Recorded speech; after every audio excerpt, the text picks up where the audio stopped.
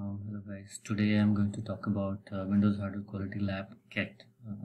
What is Windows Hardware Quality Lab Kit? It is an automation tool developed by Microsoft for certifying hardware and softwares from Microsoft. So in earlier days, when people used to submit the software or hardware for certification, they would generally fail the test that Microsoft performs, and the certification was pretty difficult to happen. So they have developed their own kit which you can install and run your software or hardware through it.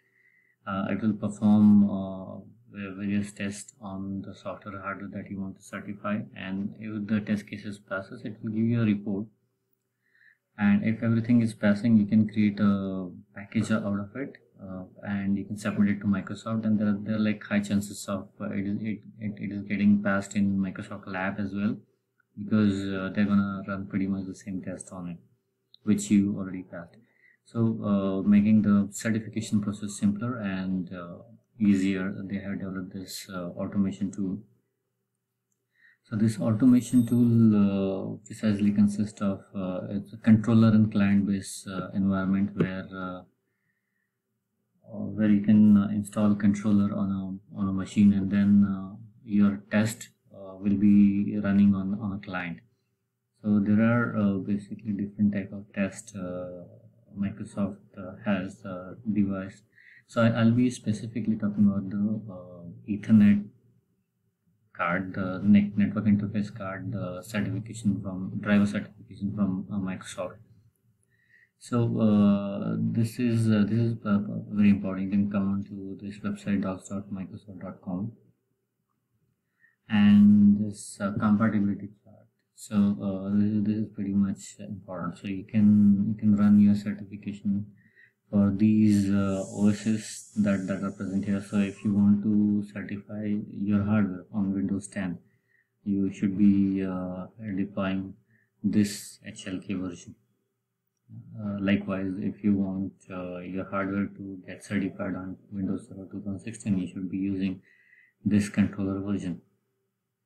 And for 2019 server, you can use this particular version. So we pretty much did the certification for 2019 and 16. So we respectively use HLK version 1607 and 1909. VHLK is a pre-installed VM that you can deploy on Hyper-V hypervisor.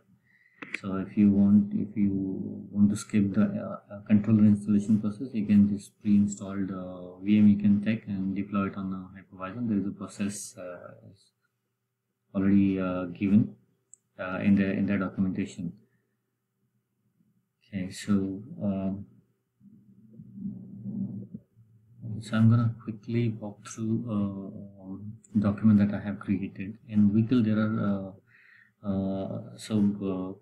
minded that I'm only talking about the network interface card driver certification from the Windows. So when you're installing a driver, that you get a pop-up from the Windows operating system saying that the drivers or the software is not certified from the Windows.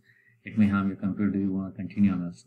So if you get this driver certified from the Windows, you will not get that pop-up. Also, you can push your driver updates with Windows updates integrated with Windows updates from Microsoft websites, and so on. So there are a lot of benefits that you get. You also get a logo as like Windows 2016 certified, Windows certified, Windows 2019 certified, and so on your drivers. So in network interface card driver testing, there are basically three important types of categories of test: device fundamental test, NDIS test, and PCS test. So there are roughly 110 test cases which are distributed among these three categories. So PCS is one single test case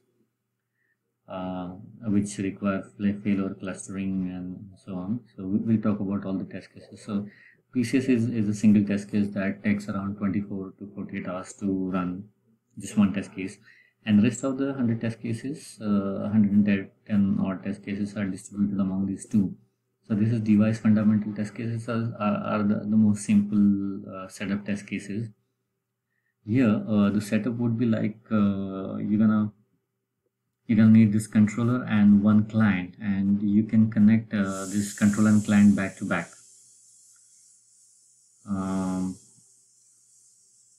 And they just need to be in the same work group, and that's all the setup you will be requiring to run device fundamental tests. So these tests are comprises of uninstalling, reinstalling the drivers, stopping, starting the NIC while it is performing some other actions in the background, and so on. So device fundamental test, there are about 50 test cases in that, and the setup you're gonna require is pretty simple. If you are only running the DF test cases, you can just have a controller and one client. You connect back to back. I'm gonna talk about how to install controller and client briefly, but for now just make sure that for DF test, simplest setup you're gonna need is controller and client, and you can have them back to back connected. That's preferred actually, or you can connect them via a switch. For NDIS test cases, so in NDIS there are single and multiple client tests. It will require a specific setup. Now this is a NDIS setup specifically. Here, what we have two clients. So this is the actual client where the tests are gonna be running, and this is support client. So and this is going to be your device under test, this particular NIC. So I got client 1, which is primary client 2, which is a support client, and a controller. All of these three are connected to the switch with some other network card on the maybe you can say a onboard NIC or any other NIC, additional NIC. So definitely you're gonna need 2 NICs on your clients. So one NIC which is our device that to be tested, the NIC drivers that are to be tested, and the other NIC is kind of a messaging device. This messaging device acts as a messages that carries messages from the controller. So controller and these two messaging devices are connected to the switch. So controller are gonna, when you select the NDIS tests, let's say there are like 50 odd test cases, there are some single client tests and there's some multi-client tests. So multi-client test controller will send some messages to support client, and support client in return execute those tests on actual client. And there are some single client tests where the controller will directly send information to the client. And when the support client or the client knows what test to be performed, it will be doing those tests on this device. This particular device here is our device under test. This is the only device which is getting tested when we have this kind of setup. So I got switch. So internet here is required for when you want to install and update HLK controller and client. You'll have to download the stuff and create the whole setup. That's why there is an internet required if there are updates and so on, and software installation of course. Otherwise, if everything is installed and prepared, then it's not gonna need the internet connection here. But NDIS test is definitely gonna need 2 NICs. One NIC is only messaging, which carries messages from controller to the client, and the other NICs this is our device under test, and this particular device is called the support device. So when you configure a test, you will have to name these devices likewise. So you'll have to rename this device as support device 0.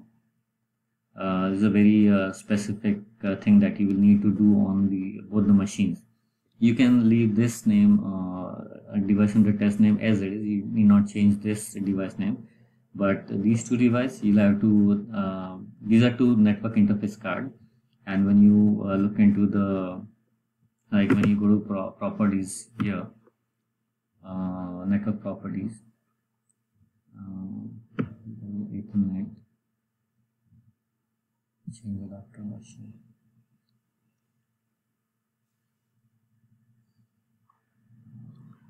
here, let's say this is my support device. So I will have to right click and rename it.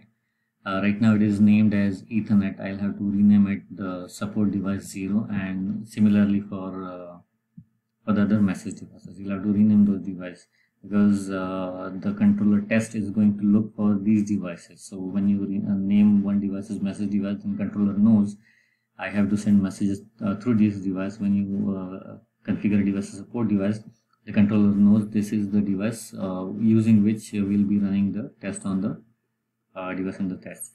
And device fundamental test and NDIS test are pretty much simple as compare, and they're like combining, they form like 100 or 105 test cases altogether. PCS test in return is a single test.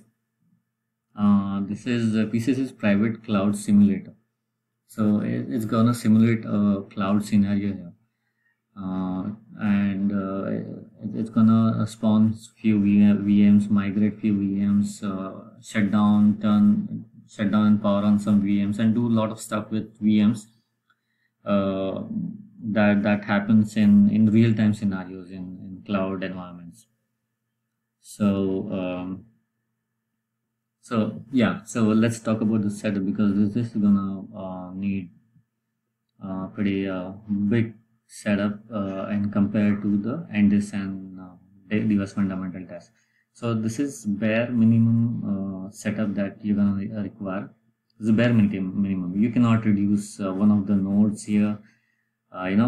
This is the minimum that you must set up. You can have more hosts in the cluster and so on. You can have individual, if you have a lot of servers, then you can have individual servers for HLK controller and PCS controller. That's preferred.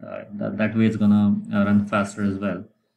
You can have more nodes here and so on, but in minimum you're gonna need this setup. So we got a switch here. This is top of the rack switch. We have another switch here, and because now again this is on the right hand side, this blue network is my test network, where my device under test is connected, and on the right hand side again you can call these as messaging device, or just from where the controller will talk to our clients to tell them what needs to be done and what not, and so on. So actual test will be happening on these NICs here. Okay, so you must make sure that your device under test is on the right, connected to a separate independent switch, and you can see that the switch is not connected anywhere else. There is no uplink. It's not connected. It's a isolated setup altogether and completely different network. So my device under test is a 25 gig NIC with fiber port on it. So I need a fiber switch here, and this is a normal Ethernet switch, and I'm connecting all my 1 gig interfaces to that. So this is a communication switch. Again, the internet is required for installation of softwares and updates and so on. Otherwise, for the test, the internet will not be required. And this is my let's say again, this is my messaging network, and this is my test network where actual test will be happening. So messaging network connects to the switch, top of the rack switch, which goes to internet. Test networks connect to independent switch, which is not connected anywhere else, and you can see that only the cluster nodes are connected to the switch, not the VM host. So why we have this VM host is because we wanted the bare minimum setup, so we are using this VM host. We installed a hypervisor on it. We have Windows Hyper-V hypervisor on it, and we deployed the domain controller VM.